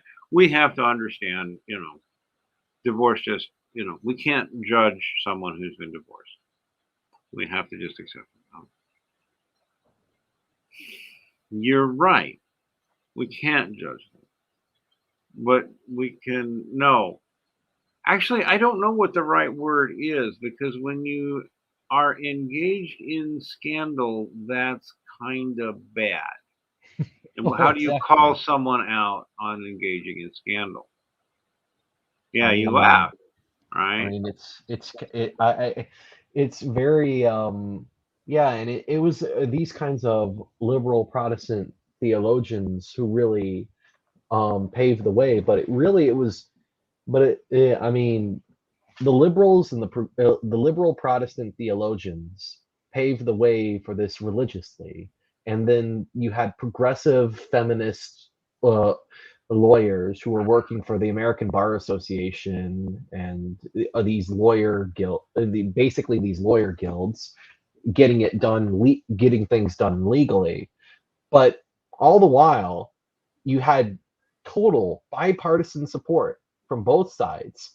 And even when Catholics were the the only ones issue, holding the line for the longest time. Go ahead. Yeah. yeah, and even when you had the family became a culture war issue in the 90s, you had none of these people talked about divorce. You had them talking about homosexuality. That was a big deal. You had them talking about abortion. You don't see them talking about divorce. It's noticeable too, because divorce. I mean, The uh, scandal of divorce. And here's the line you will consistently to this day hear from Catholic voices. Men who divorce their wives don't love them. Guys, you have to stop. I hate to sound like a feminist language police person. You have to stop doing that. Without doubt, women file the vast majority of divorce actions. like you It's said, yeah, it, and you really, if a woman, let's start with, if a woman divorces her husband and start habituating that language, it will make divorced women squirm, because very few women are used to being, of divorced women are used to being spoken of in anything other than praising and protective terms, rather than noting that women are sinners, mm, engage in scandalous behavior, engage in shameless behavior. That women seeking an annulment, although it's, clear as a bell that getting an annulment is an almost pro forma matter in much of the church. But even in a more conservative diocese, you're still going to get the annulment if you're willing to go through the process. I mean, they pretty typically are just granted. People may think they do get turned down sometimes, but it's usually some kind of big drama weirdness. Eventually, if you put the work in, and they will make you work if they're doing it right, you'll have to justify why you we're not fit to take the sacrament. If an annulment is done properly, that's how the church does it. I don't know how strict they are or how lax they are on that. But I mean, the basic ethical standard that should be explained to women and men is that if you seek an annulment, you have to explain why you were not fit on the day you took your vows. You have to show why you were not spiritually in the proper moral framework. Basically, we're at some level in a state of the equivalent of some kind of mortal sin, or you were drunk, you were stoned on drugs. You forgot to mention that he threatened to kill you before if you didn't marry him. You better produce something, right? But you better at least acknowledge that you failed. You screwed up, and you owe a debt of obligation to the person you're annulling because you weren't fit. And I generally think that's the spiritual attitude that you should have as a woman or a man, but as a woman, because that's a popular phrase, as a woman this, as a woman that, as a woman this, as a woman that. As a woman, now again, I never hit anybody, but this makes everybody flinch, right? But okay, even if he hit you and gave you a black eye and did all sorts of other horrible things and was drunk all the time and threw you out of the house, blah, blah, blah, blah, blah, did you do anything wrong at all there? At all? Did you do anything in your relationship with him? Because if you did anything at all wrong, you at least owe him an explanation, apology, no matter what kind of a monster he was. Well, but I'm sorry I did X, Y, and Z, and I'm sorry I was not, and I can't say that in every, because people always jump to extremes, right? And they say, well, there's this woman who didn't realize she married a serial killer. Come on, that's not how most divorces come about, ladies and gentlemen. Oh, well, he was secretly a mafia hitman. I didn't know he was a heroin dealer who was raping children. Give me a break. That's not why most relationships, even toxic relationships, even relationships that could be considered abusive, in a majority of cases, the woman has some level of culpability. In some of them, she's got serious culpability. A lot of women don't like talking about how they get violent. A lot of women don't talk about that. A lot of people don't want to hear this one. It is women, not men, who commit most violence towards young children. It is young, especially up till age 7. Really up to about age of puberty in the children, but it's more arguable there, but certainly up to age 7. The vast majority of severe beatings of children are committed by women. Men are actually less statistically likely to do it. And in fact, stay-at-home dads, single dads are the least likely to hit their kids. Single moms are the most. Homes with the biological father in the home are the least likely to suffer domestic violence toward the children. Furthermore, a minimum of a third of sexual, and really this is being conservative. The conservative figures would say that 30% or so of pedophile activity is committed by women. There's reason to think that it's more than 30%, but let's just go with that 30% figure. Sexual molestation, sexual abuse of a child. In certain parts of the society, I think it's more than 30, but okay, let's just go with 30%, guys. Okay, that means if you see a couple, a married couple, or I don't know, some kind of male-female couple, and one of them turns out to be a pedophile, why are you certain it's him? Well, number two, why aren't you thinking it's both or wondering if it's both? That's not gossip. This is vital speculation, right? When you're talking about eyeing somebody for something horrible they're doing to children, right? Why do you think? And three. I'll tell you a third one is when they've studied it. Um, in cases where the male is the sexual predator towards children, in a majority of cases, a female was involved in the procurement of the children, the disposal one way or the other later, and the cover up. The most frequent excuse being she was afraid of him. Although, notice how that's just a free excuse. Oh, well, she was afraid of him. We So can he made her do all these things. And he made her watch. And he made her be quiet. And he made her help. Because she's just helpless as a woman in all of this at all times. That's the predominant attitude. Well, I mean, we have a prominent example in the media recently, Ghislaine Maxwell. Oh, Ghislaine Maxwell, yeah. Oh, I mean, yeah, Ghislaine Maxwell, yes. I mean, she pretty much fits the profile of the female pedophile to just a T. I mean, she's been charged with 5 out of 6 accounts, including sex trafficking of a minor, and she also was lying under oath about it. She's also charged with lying under oath about Jeffrey Epstein's abuse. I mean, I don't want to hear that this is gossip. This is like on the news. In a titular democracy, at least, this is of public interest. And these are public trials are public for a reason. We're supposed to scrutinize that, But go ahead. Go ahead. Yeah, I mean, Ghislaine Maxwell. I just wanted to say you described this. You described this profile. I did just describe her, didn't I? I was not thinking of her at all, but yes. It's exactly. It's uncanny, really.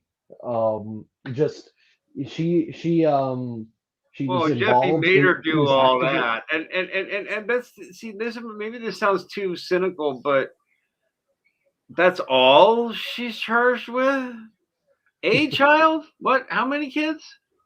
Sex. I mean, she had. You can look if you want. It wasn't that many though, as I recall. I look. Oh, it looks like she is going to be staying in jail for most of the rest of her life if really.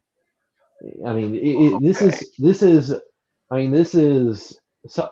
Unless she gets. Now I've got to go look. I don't want to. I mean, this is what. That's just what I've heard. Maybe. Then again, believe it or not, because and you always got to be suspicious when a trial is in the mainstream media at this point, because a lot of them are show trial circuses. I often wonder, like, how much of this is real. But let's see. She was found guilty of. Let me see what her sentence is, because that'll tell me something. Women.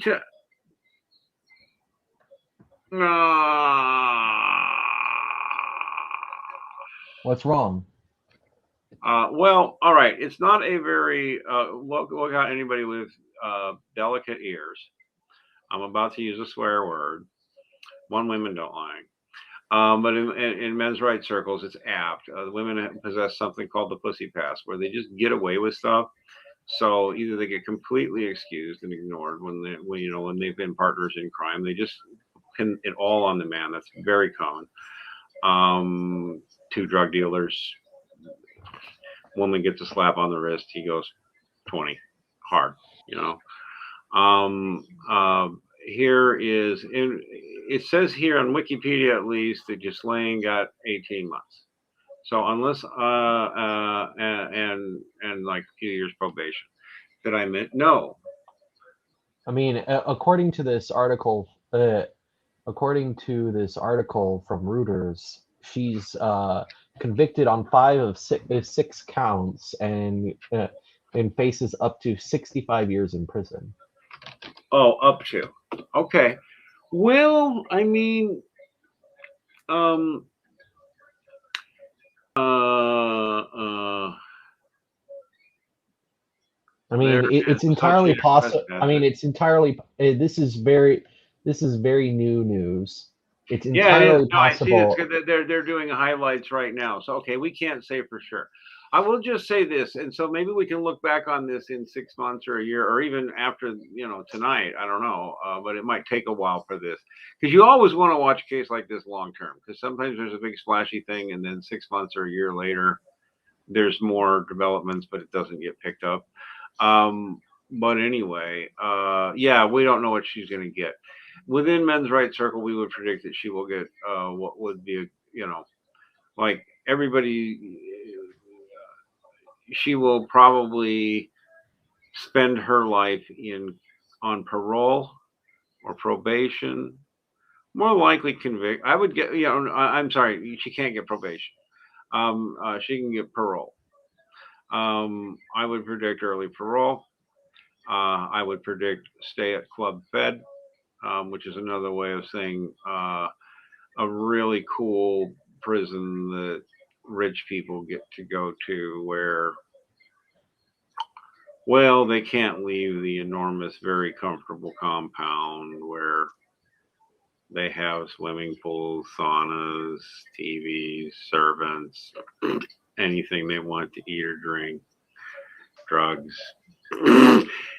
Can't leave the enormous compound with its golf course, you know, kind of place. So I don't know. I mean, I may be exaggerating a little bit. Club Ped's not bad. And furthermore, this goes to another thing that is absolutely true. You can verify it, bank it, just go look. It's rude to notice. Women's prisons, although there's some terrible ones, most part they're much nicer than men's, and the conditions are less inhuman. And they do get more assistance when they get out. And they get a lot more state assistance, and they get more assistance from the church when they get out. They get women also get more homeless assistance from the church. This is starting to really bother me. I don't know what to do about it. I've been praying on it for years, but like the overwhelming majority of the homeless population is male. And people say, so what? Well, what are your homeless services dedicated towards at your parish? I don't know a diplomatic way to bring up to the ladies who run the parishes I've been at that they have an awful lot of charitable programs for homeless and struggling women, which is laudable. And then go look at all the government services. Just go, any of you right now, go for services for homeless or struggling women from the state are also found in abundance. They're found from our Protestant brethren. There's support for abused women from all of the above the government, the church, the formal Catholic Church, and the Protestant churches. There's service after service after service after service after service for women who are struggling in assistance. Without calling out anything for, the very necessary work to help pregnant women with nowhere else to go,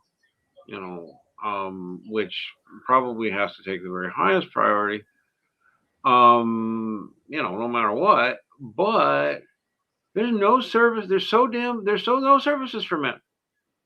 I mean, they're just not there. Finding. Hmm. Um, okay, and you say, why does it matter? They don't, but because they need it. Certainly, they're the ones most likely to suicide. They're also the ones most likely to fall prey to drugs. They are the ones most likely to wind up in jail. They're the ones most likely to wind up homeless. They're all young men, also old men, also middle-aged men. This is just an overwhelming statistical reality that really makes people wince.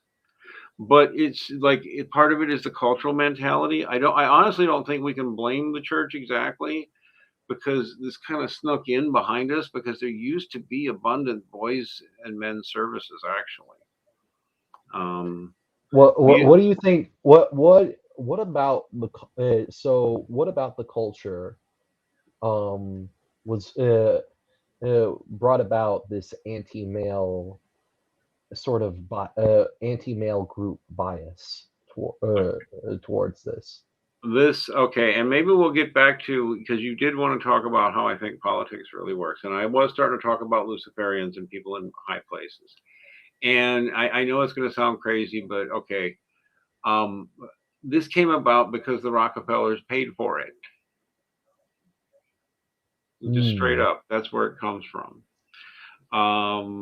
And although these people used to be part of the white Anglo-Saxon establishment, they identified as Protestant, or part of the Protestant tradition for the longest time, or people of that tradition, the dead mainline Protestant tradition, because that entire subset of people, what used to be called the WASP establishment, now is mostly not at all Christian. If they're not Jewish, they're into something else weird, if they haven't converted to Judaism. And converting to Judaism is very popular among the elite.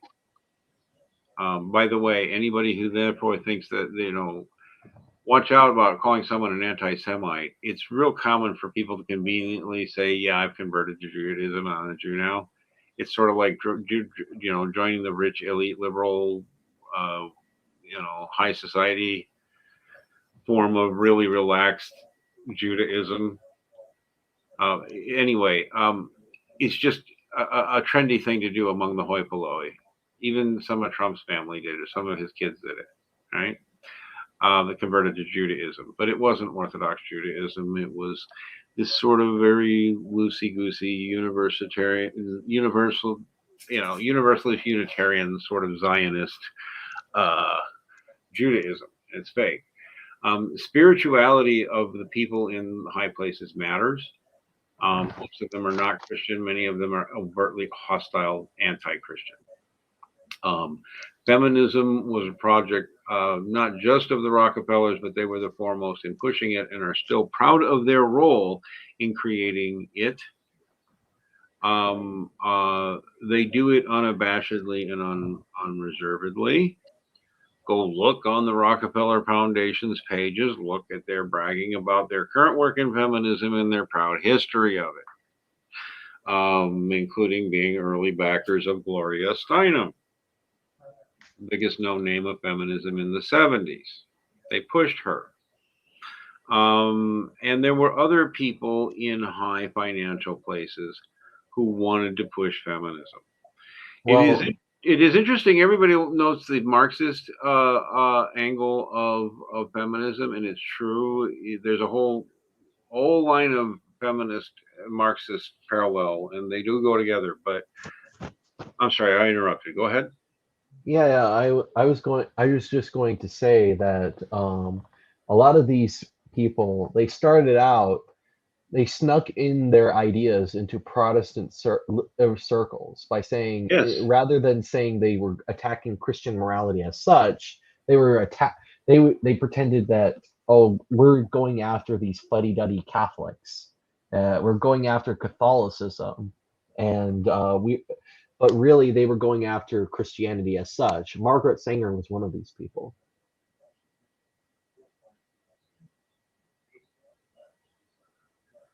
Yeah, and see, one of the things that I really think we've been culturally programmed, maybe in more than one way, but culturally sort of indoctrinated, programmed to like be averse to saying names like that out loud.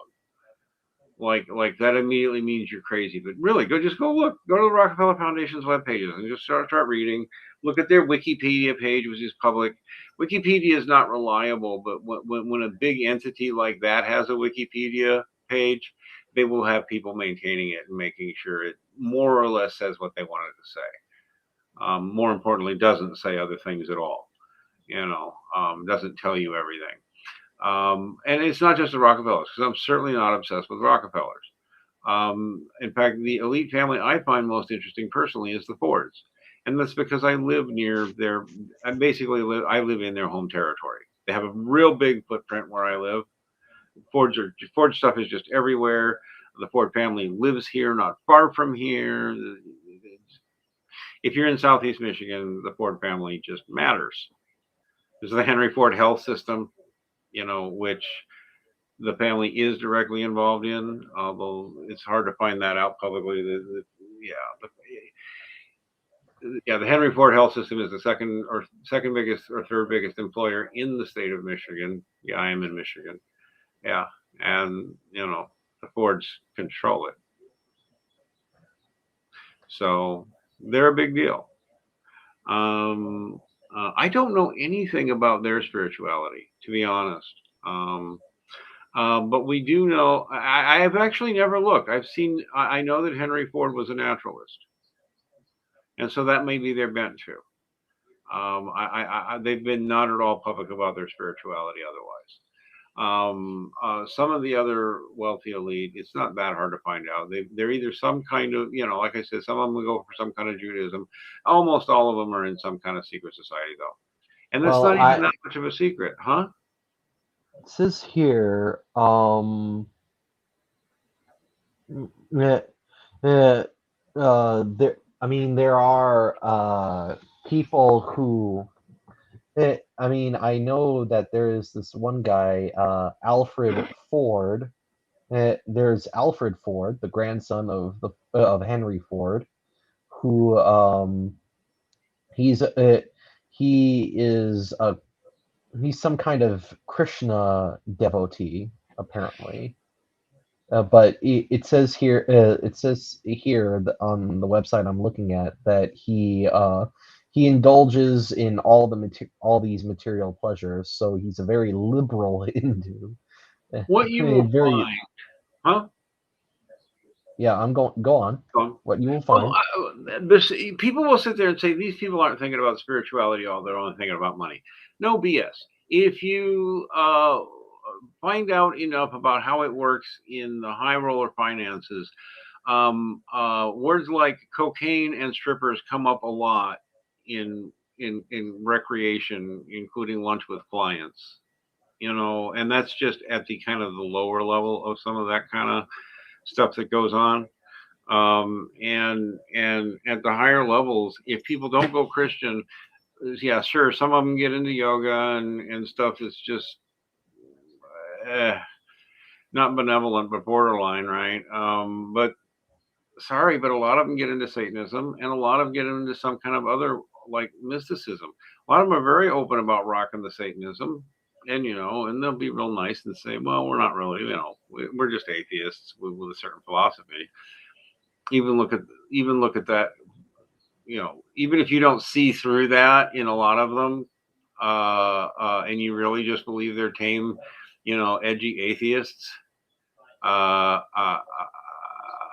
are you really sure that a guy looks at you and says, nah, I'm a Satanist, but there's no actual devil that I worship? You sure he's telling you the truth? Father of lies. Devil looks right at you and tells you he doesn't exist, let alone God. Yeah, I mean that is true. I mean you are literally naming yourself after what the Christians the entity that the Christians call the father of all lies. If you care to look for it and really look at it hard and not just avert your eyes because it makes you uncomfortable or makes you think you might be, what people might think. If you actually look, the evidence is simply overwhelming that just as poor, stupid people get into things like Satanism, really, really rich, powerful, influential people do too. And they might not be telling you the truth when they say they don't get into sex and blood rituals. Oh, actually, some of them will say they do get into sex and blood rituals, but they're harmless and just what consenting adults do together in their sex and blood rituals. But just be sure to understand that none of them ever involve murder or sex with inappropriate of anything that you might call rape. That just doesn't happen. Yeah, I mean, it's not like there haven't been a bunch of high-profile cases in both America and the United Kingdom where there have been rich, powerful people. These people, Ghislaine has friends. Their friends didn't know. Jeffy's friends didn't know. And this isn't gossip, guys. It's what the mainstream press is telling us is true, and what reasonably credible sources you can verify is true. The child sex trafficking among the elite's a thing. Yep, Now, that's. I get this. They're all just, none of them. But and also throughout all of human history, there have been people engaged in things like human sacrifice. Like, it's not just in the Bible. You find it all over the place, all over the world. It happens. But wealthy people never do that because I'm What? waiting for an answer. Wealthy people don't do that because Oh well. hear about some Mm, primitive, I don't know, white trash or whatever, people who did, killed a kid in a satanic ritual. You think, yeah, but rich people don't ever do that because. well, I mean, yeah, wouldn't there be a lot of scrutiny on them? I'm Oh, just playing the devil's advocate there. okay, no, Wouldn't okay, there be that a lot one of is scrutiny? fair. Oh, that's fair. Wouldn't there be a lot of scrutiny? I mean, there's a. Jeffrey Epstein ran for how long? How many people went to his island? How many reporters were literally told to shut up? Dig not too hard how many reporters were murdered, and you want to know how nobody knew. How long was he in business on Epstein Island? What? Bill Clinton went there? What? You want to tell me the Bushes? I can't recall if the Bushes got caught there or not, but don't think Republicans didn't go there. A lot of Republicans went there. A lot of actors went there.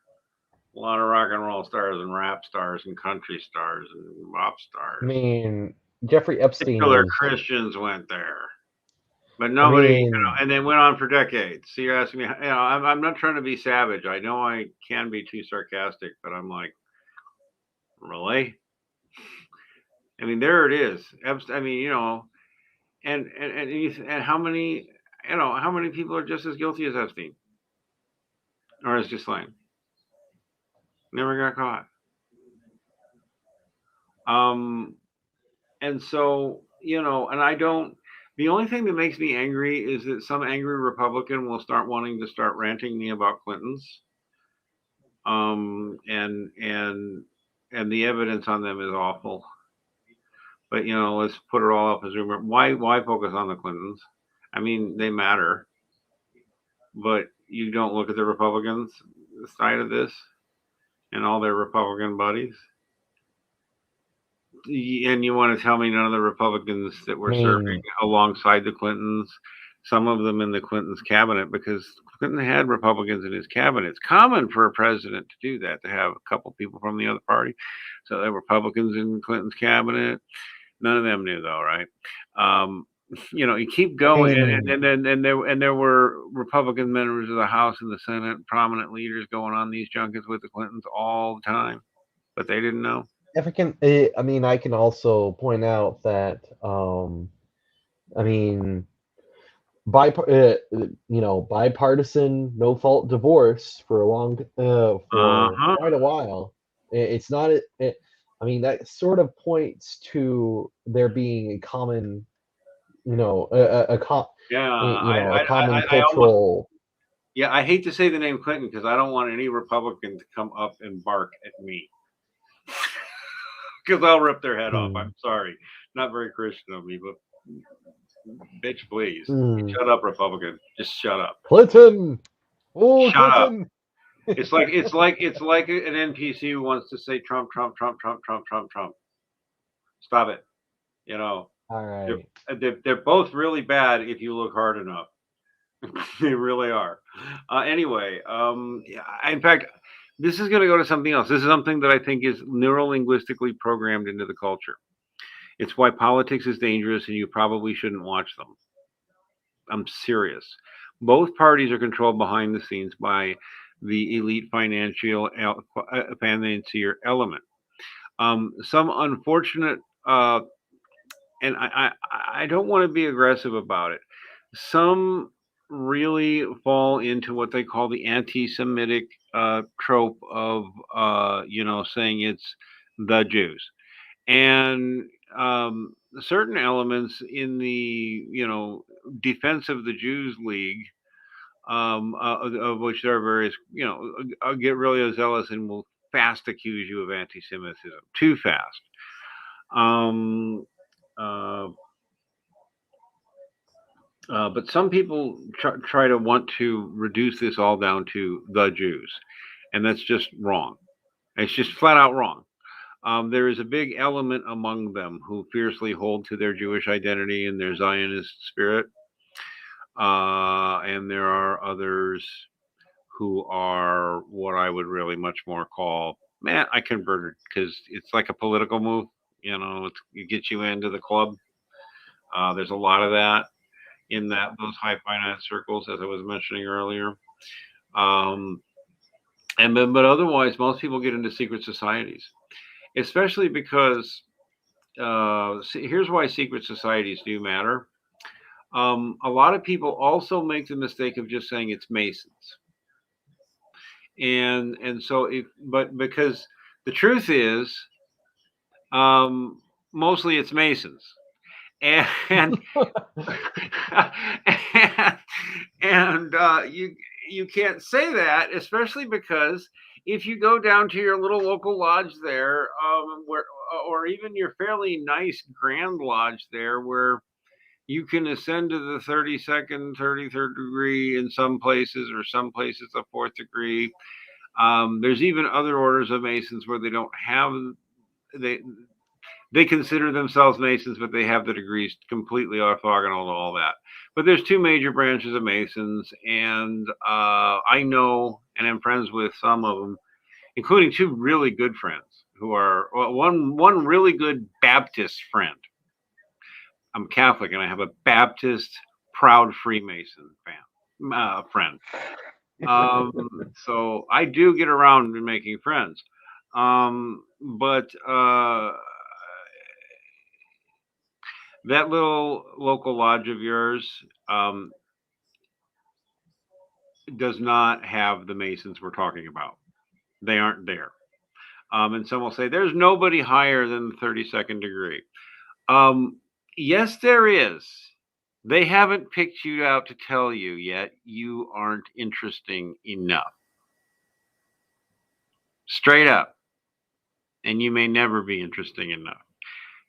Thank you for your 32nd degree membership fees. Come by for the rituals. Help us with the charity work. Become inactive.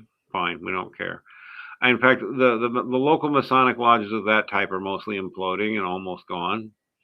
But once you get into the world of high finance, where family connections do come into play in a big way, and also sometimes not if you don't have family connections, there will be multiple secret societies or multiple secret society avenues for you to basically become a criminal.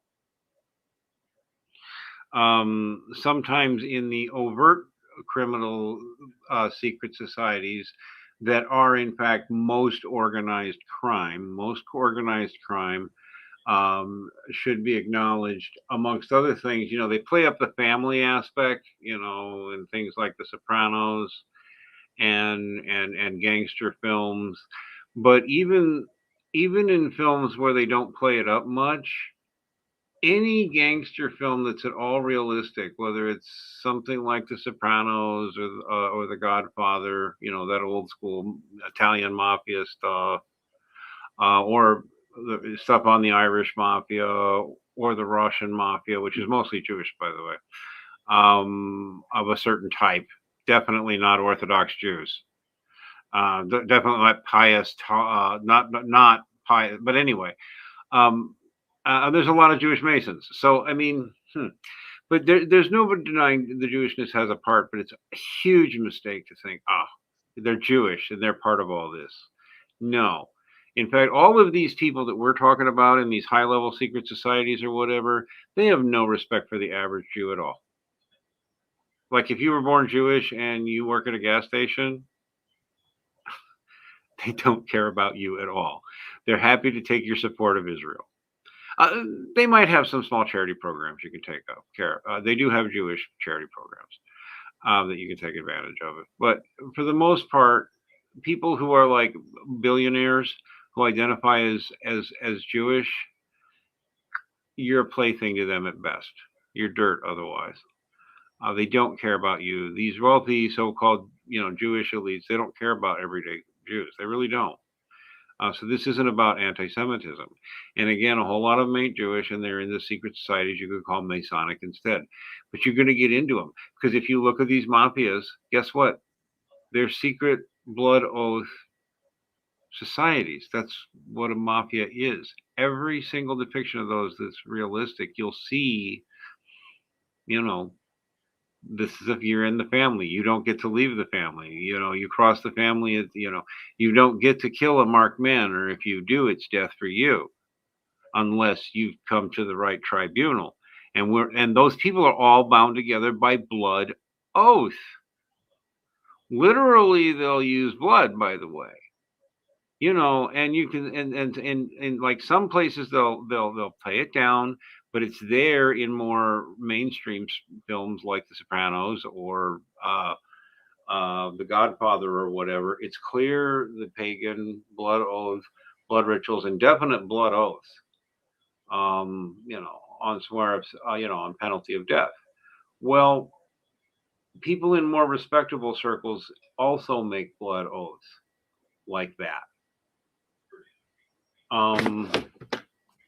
Why would you doubt it? If two wealthy families can commit a heinous financial crime and get away with it by simply swearing each other to secrecy on pain of death,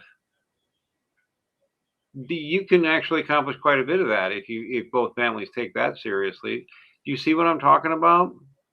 Yes, I do. And I think it's a point that a lot of people, they seem to think that this is something that's only found in Hollywood movies, and it's not at all in real. It's not at all in real life. Real life isn't that interesting. It's a lot.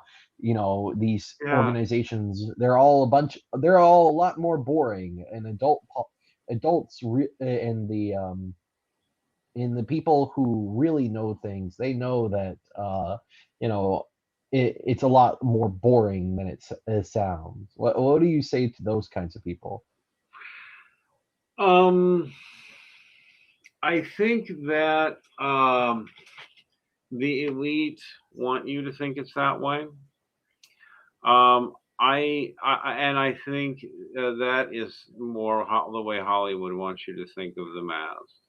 And there's a tendency, especially in those who defend capitalism as their political stance, or who are friendly to what they call libertarianism, and they'll even try and tell you Catholicism is compatible with capitalism and libertarianism, and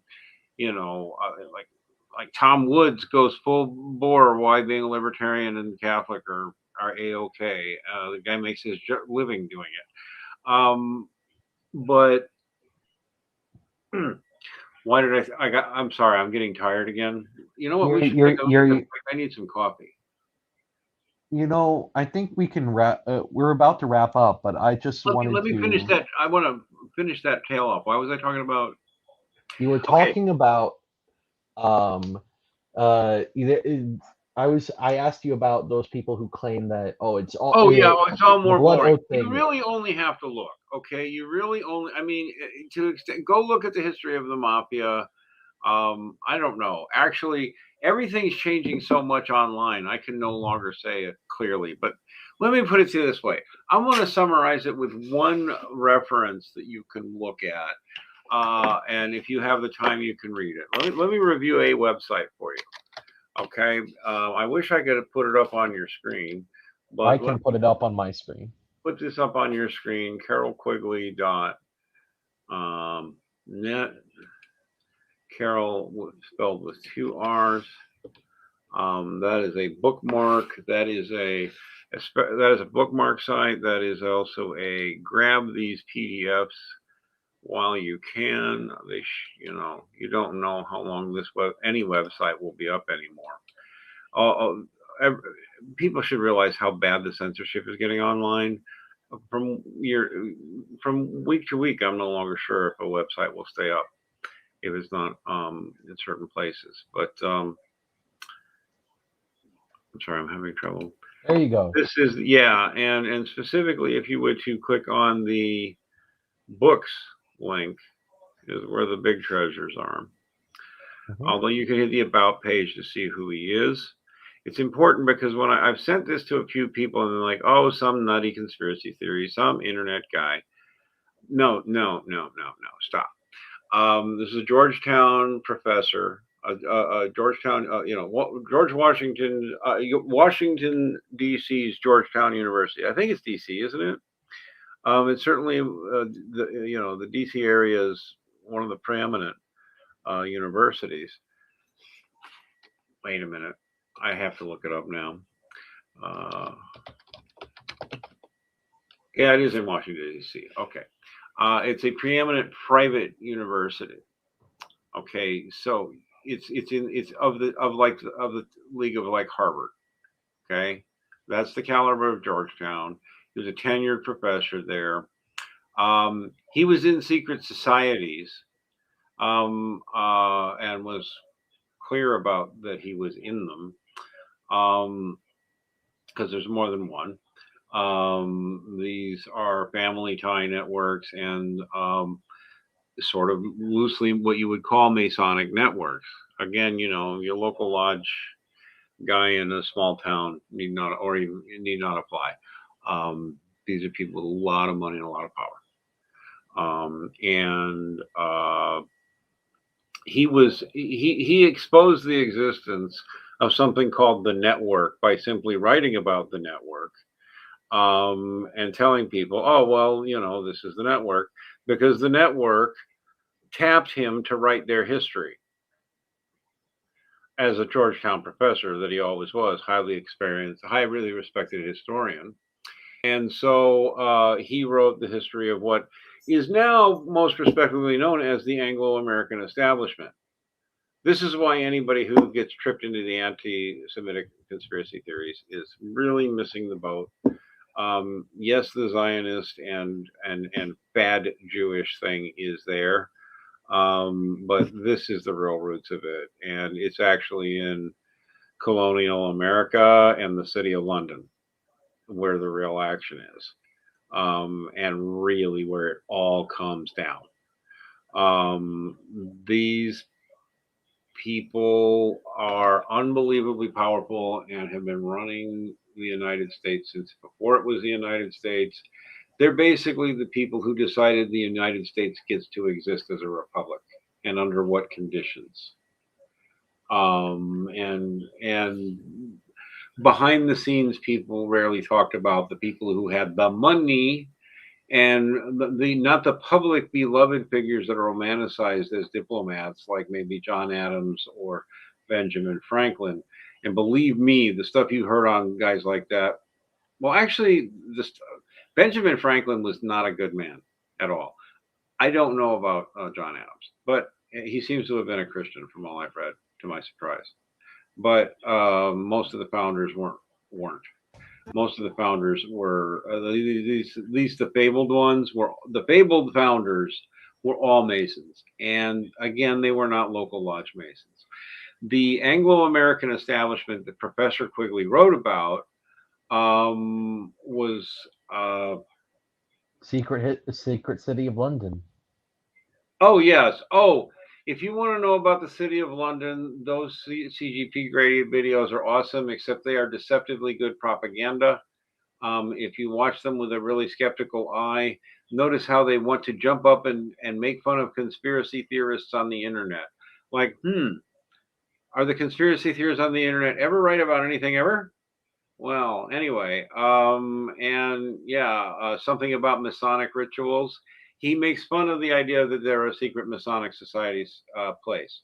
However, one only needs to go peruse and look at the business registries and the companies and Masonic stuff rocks all over City of London. Again, your local, 32nd degree lodge member need not apply here.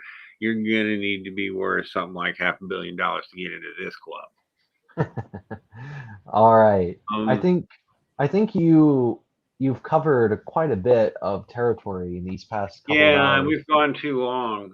We No, might no, want to pull it I back. think we've covered I think we've gotten just the right amount. Oh, excellent. Um, All right. Yeah, I'll tell you, that's a very respectable. Let me just figure. Let me one more thing.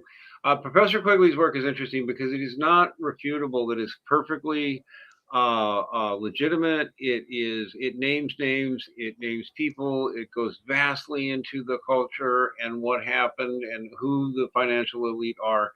And unfortunately, these same people got really angry with him when they actually read what he wrote. Not that he was critical of them. He just wrote the unvarnished truth as a historian, and they were really unhappy with him. So, but he was too well placed in the network for them to hurt him or just destroy him or kill him or whatever, which are things they would do to people that upset them. But he was too highly placed, even by his own admission. And he didn't realize they were going to be this mad at him. But what he faced was a lifetime of being shunned and ostracized instead. Didn't get invited to the parties anymore. He didn't get any reviews. The few reviews he got published in the mainstream press were all like, well, this was boring, and then it didn't say really much. You even see that, mhm. it basically gets no reviews. They delayed publication. They gave it crappy covers. They did everything they could to sabotage it, even though they legally had to publish it. This is why the Quigley family still puts it up, even though he died like 40 years ago, something like that. They still put all these books up for free. Even though you can buy them legit on Amazon from a mainstream publisher, you can get them free in PDF on this site. Check it out. And that is enough there. Okay? Right. Hey, thanks for coming on, Max. I really appreciate it. Mm-hmm. Everybody, this is Mad Max of Michigan and William. We're going to be heading out tonight. Ah, man, it's a long night. We're tired, and so God bless everybody. God bless. I talk too much, but good night.